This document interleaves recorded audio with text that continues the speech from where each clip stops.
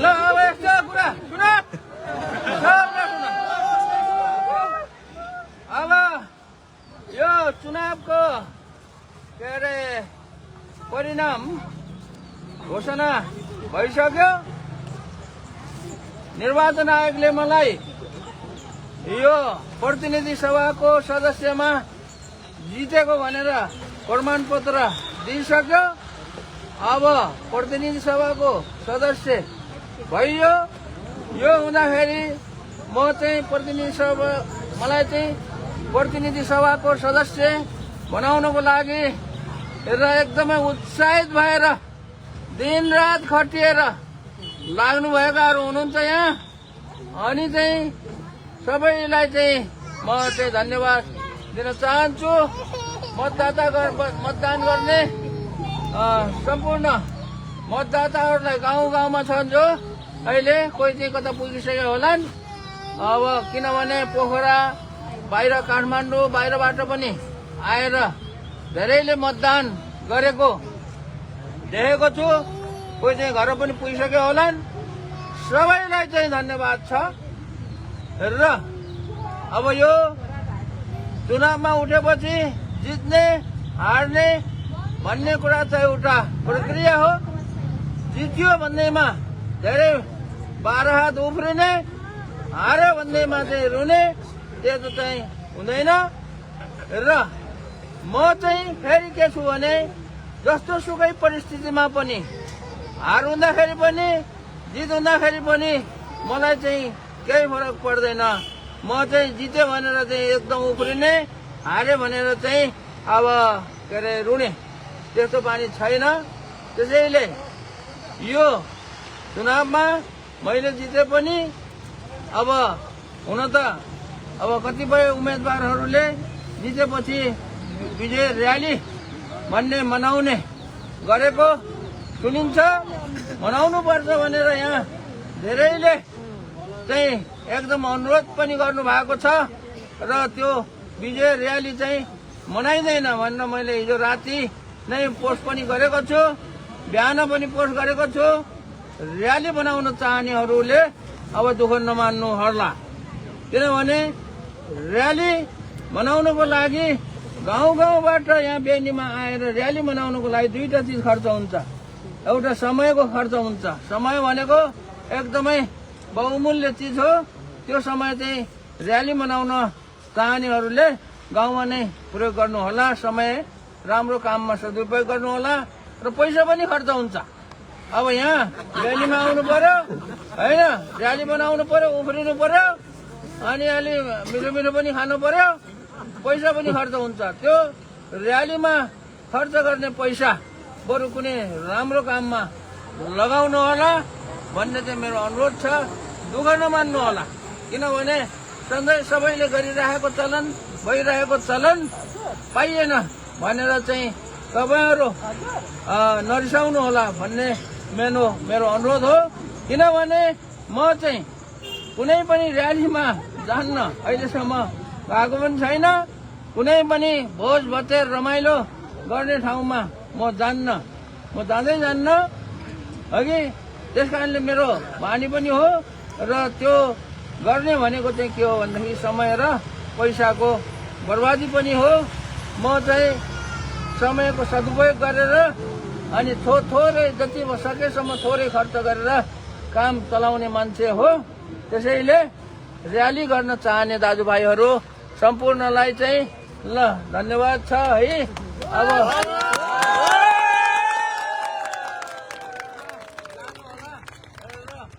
अब नरिसाउनु होला।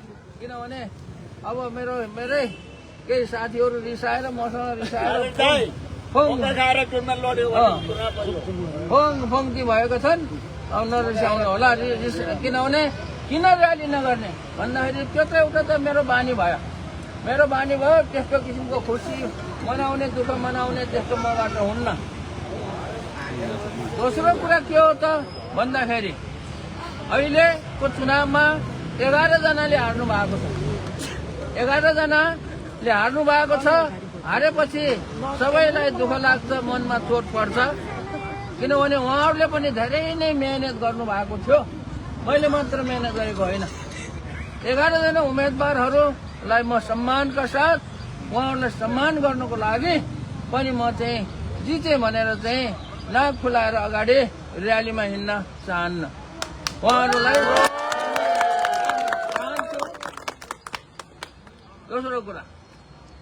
तेस्रो कुरा के हो भने भोलि आज त र्याली मनाउन रे होइन, भोलि चाहिँ सम्पूर्ण जनप्रतिनिधिहरू विभिन्न पार्टीका नेताहरूसँग मिलेर म्याग्दीमा काम गर्नु छ।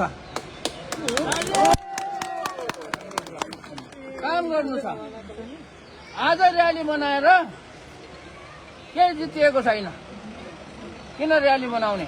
र्याली मनाउने कुन अवस्थामा? 5 वर्ष छ अझै। 5 वर्षमा जिल्लामा सम्पूर्ण राजनीतिक पार्टीले सहयोग गर्नुभयो, जनताले सहयोग गर्नुभयो र राम्रो काम गरियो भने 5 वर्षपछि र्याली मनाउला। अहिले चाहिँ र्याली मनाउने होइन। ल यही हो मेरो कुरा। ल सबैलाई धन्यवाद छ है। सबैलाई धन्यवाद छ। ल हामी सबैलाई बधाई छ।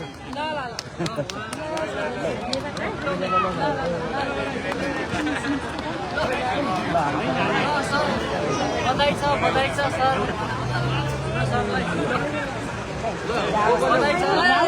Thank you.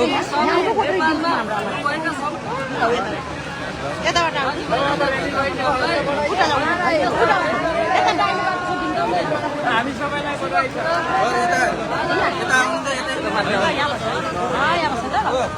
फोटो खिच्ने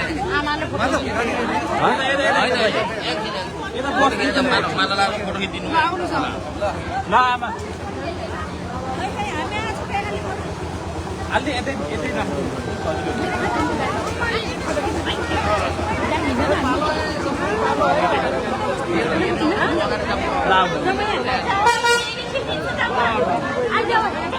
पछाडि बस्ने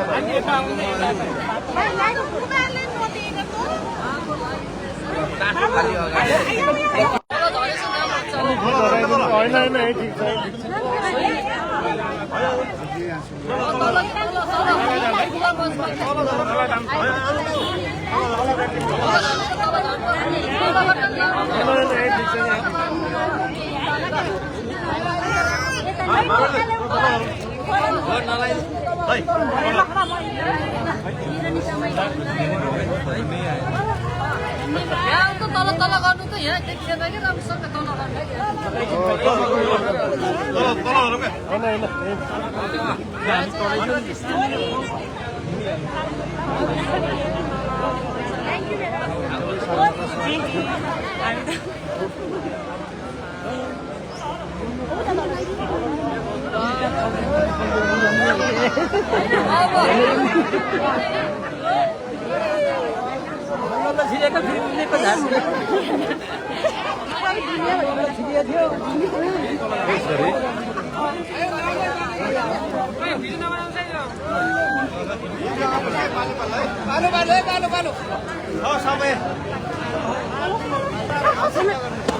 बाबु के गरेको र?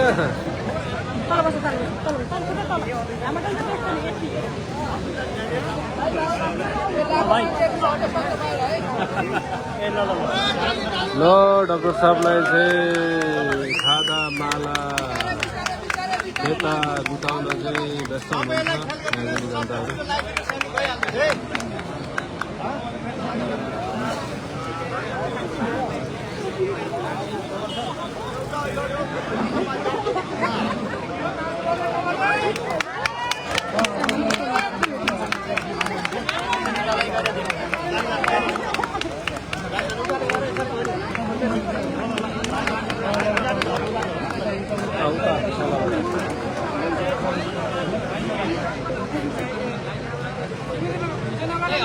मान्छे आउनु नदिनु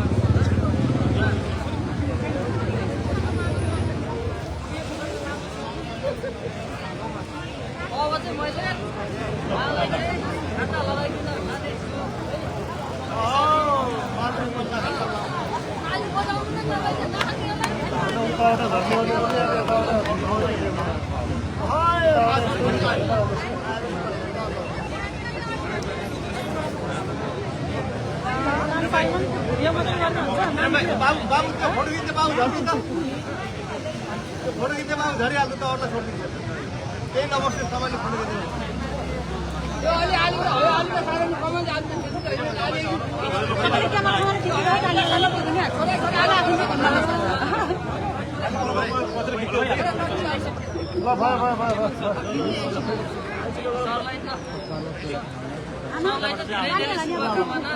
हामीले सोचेको भन्दाखेरि धेरै बसेर भयो तपाईँले चाहिँ एउटा उदाहरण पनि बनाउनु भयो है यतिको यस्तो नेता हुनुहुँदैछ अरूले पैसा दिएर अब राजनीति गर्छ तपाईँ चाहिँ अब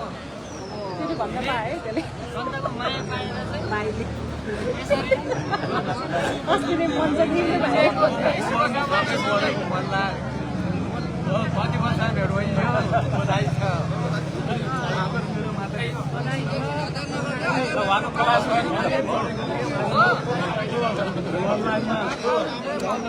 यहाँबाट अलिकति भयो अलिक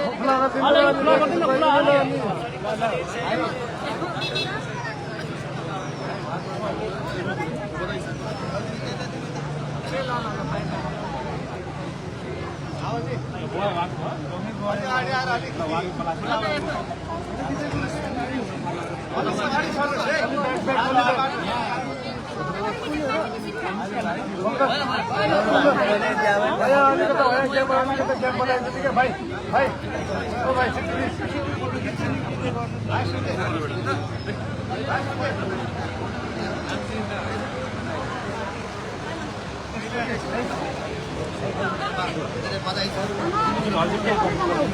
देखो हल्का यताबाट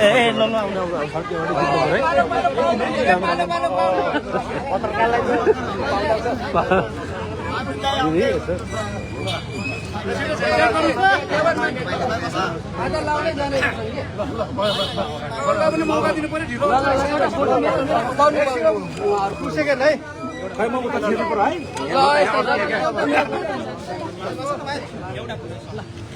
लिँदा त्यहाँबाट पहिला छिर्नु नदिँदै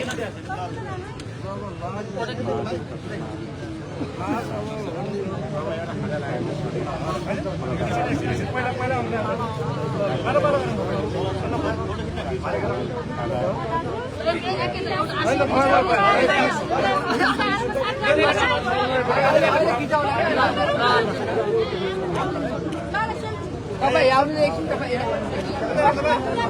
होइन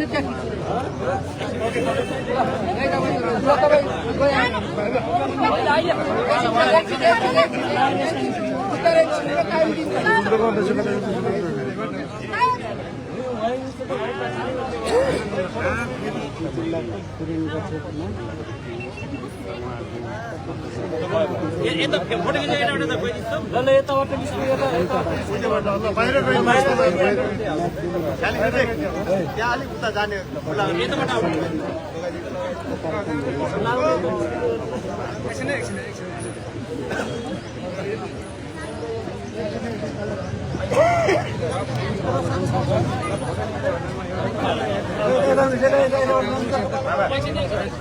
हो गया रोक्नु त भएन हुँदैन त्यहाँ कन्ट्रोल गरिदिनु सबै 5-5 निस्किएको थियो ए एउटा एउटा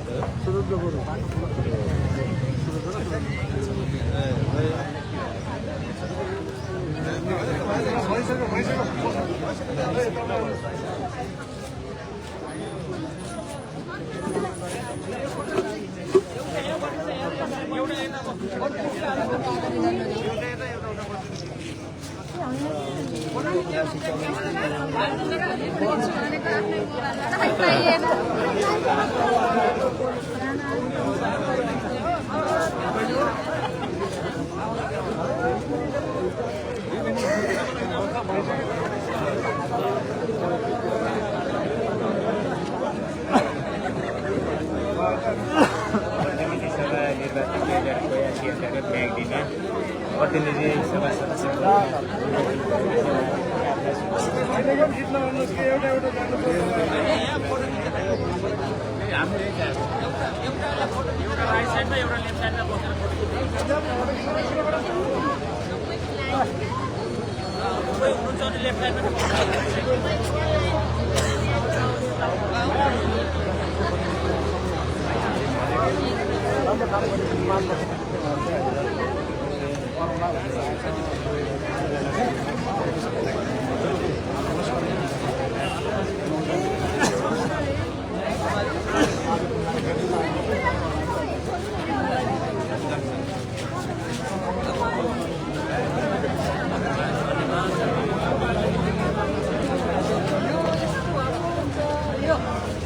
हेर्दै हुनुहुन्छ उहाँ सरले उहाँ टिका लाउँदै हुनुहुन्छ हामीले त भिडियो बनाउँदैछौँ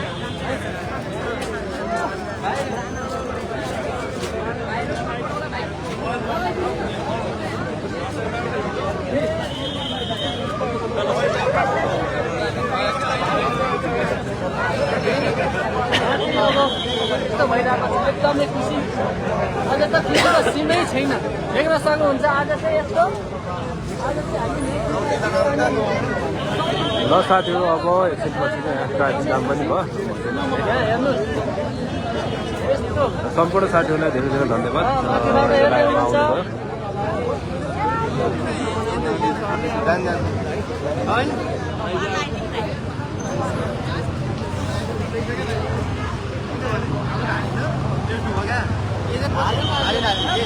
बसेर बेला के मैले धालेर के हुने हो र क्या मैले एक गोटा हालेको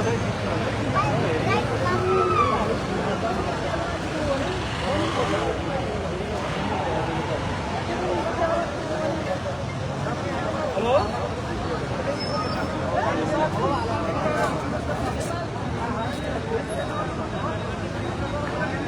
साह्रो हुन्छ ल खाता लगाइदिनु भयो पता चाहिए देखा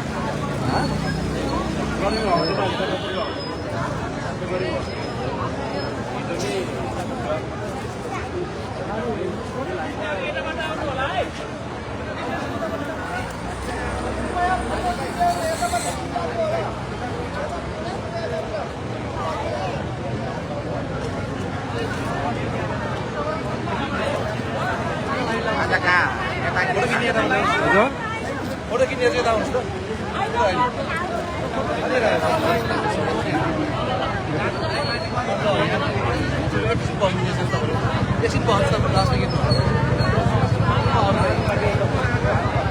ल साथीहरू एकदमै रमाइलो छ यहाँ खाजा माला लगाएर चाहिँ साहबलाई सम्मान गर्दै हुन्छ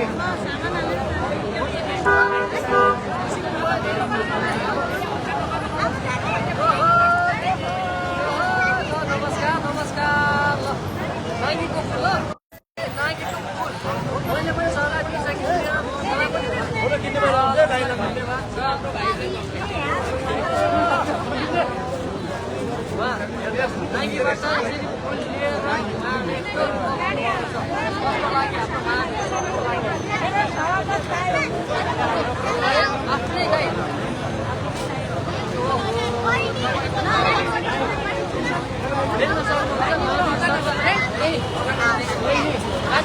खुसी हुनुभएको होला है दाइ दाइ नि दाइ अब स्वतन्त्रबाट उठ्नु भएको छ के भन्नुहुन्छ अझै